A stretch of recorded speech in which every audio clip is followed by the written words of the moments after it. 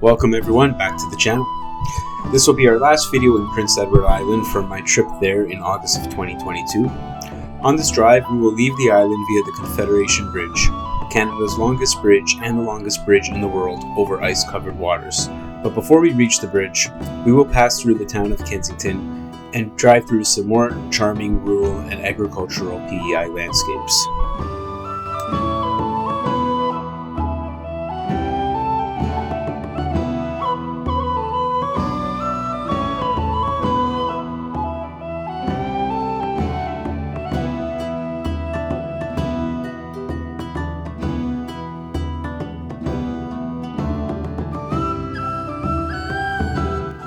We are now entering the town of Kensington, Prince Edward Island. With a population of just over 1,800 people, it is one of the larger towns found on the island.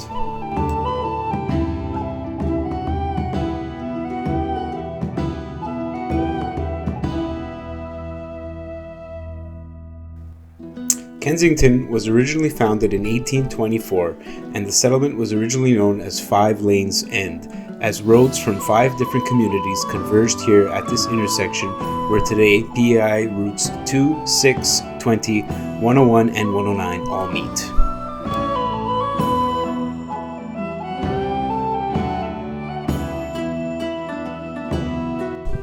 Kensington developed as a railroad town centered around a rail yard that was once located in the town. PEI once had a rail line that ran through the island roughly paralleling Route 2. With declining railway use in the 20th century, the line was decommissioned in 1989.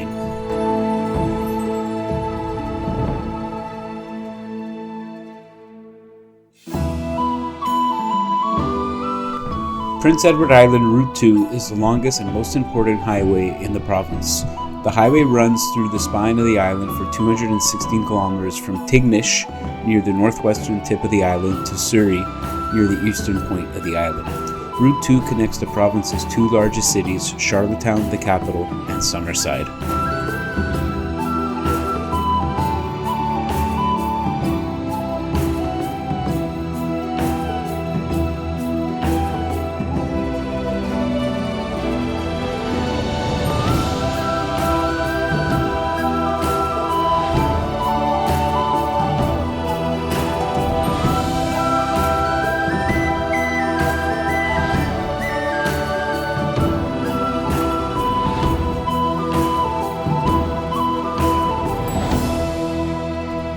To our right is the New Annan Cavendish Farms potato processing plant, which employs over 700 people and is one of the largest employers in the province. Cavendish Farms is a well-known Canadian food processing company known for its frozen potato products, mainly French fries.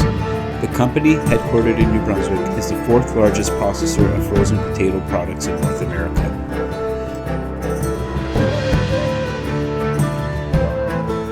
Potatoes are Prince Edward Island's biggest agricultural crop, employing around 12% of the province's workforce and contributing over $1 billion annually to the economy.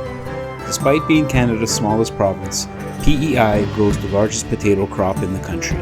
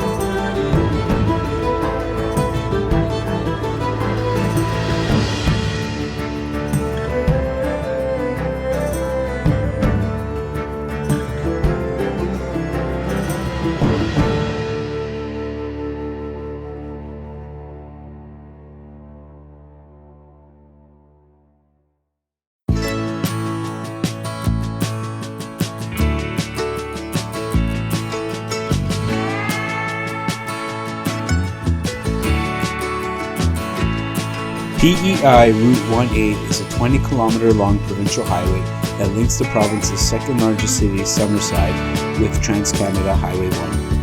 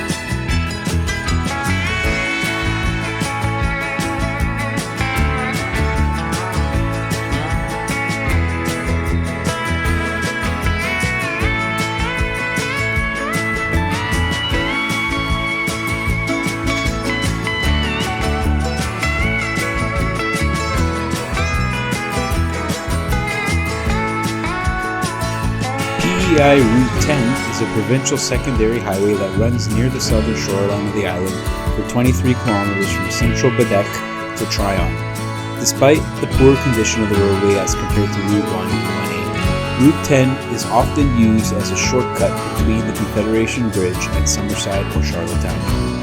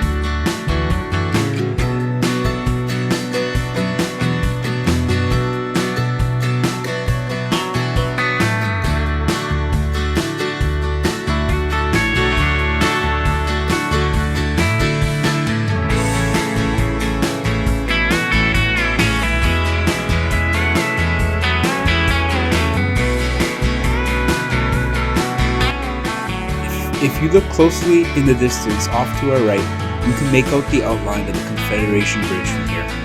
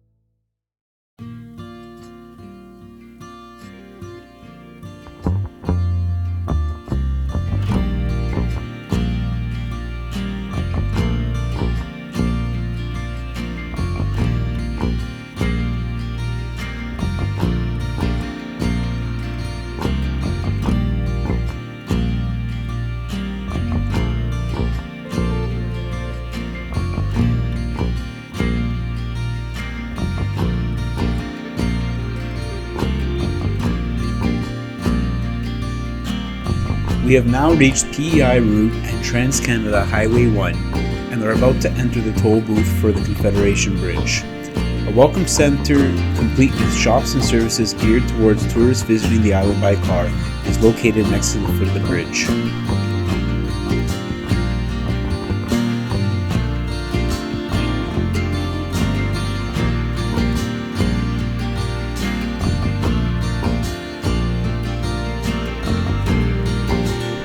The toll to cross the Confederation Bridge is quite steep, $50.25 for a 2-axle automobile, and an additional $8.50 for each additional axle.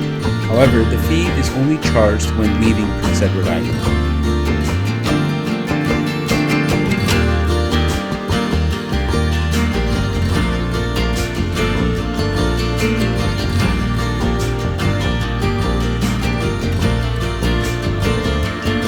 The Confederation Bridge crosses the narrowest point of the Northumberland Strait between Prince Edward Island and the mainland province of Brunswick.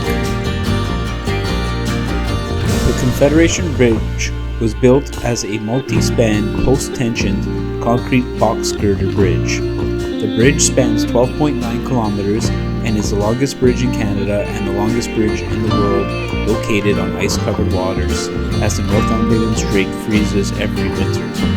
The bridge rests on 62 piers, of which the 44 main piers are 250 meters apart.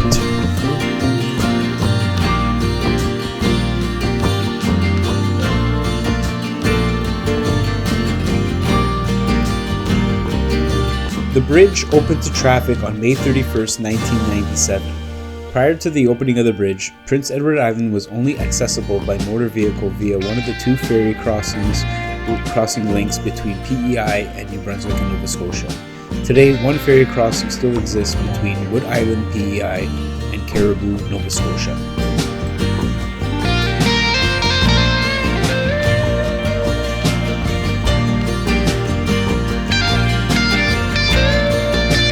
The Confederation Bridge is named in honor of the 1867 Charlottetown Conference, where leaders met to discuss uniting the British North American colonies into one Dominion, Canada. Although Prince Edward Island hosted the historic meetings, it didn't officially join the Confederation until 1873.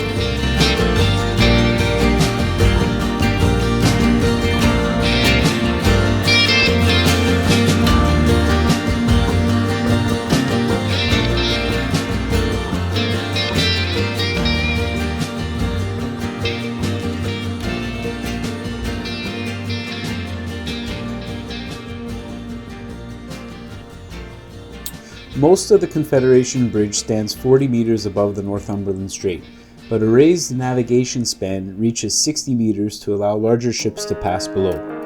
The bridge also features a gentle curve along its nearly 13-kilometer length to reduce driver fatigue and monotony.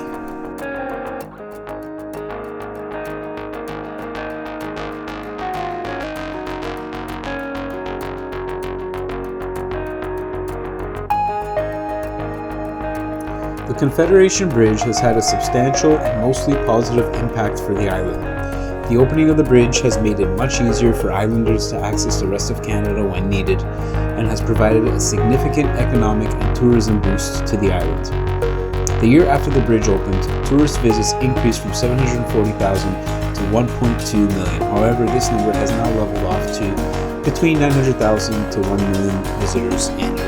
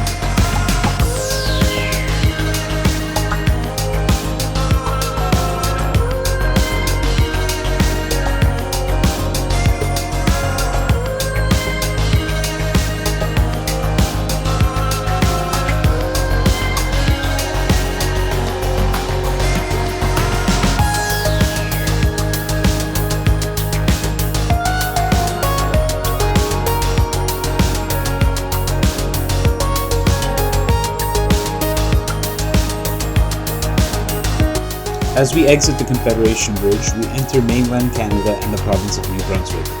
We are now traveling along New Brunswick Route 16, which is also signed as Trans-Canada Highway 16. This route will link with the main branch of the Trans-Canada Highway about 50 kilometers south of here, which leads drivers to both Moncton, New Brunswick and Halifax, Nova Scotia and points beyond.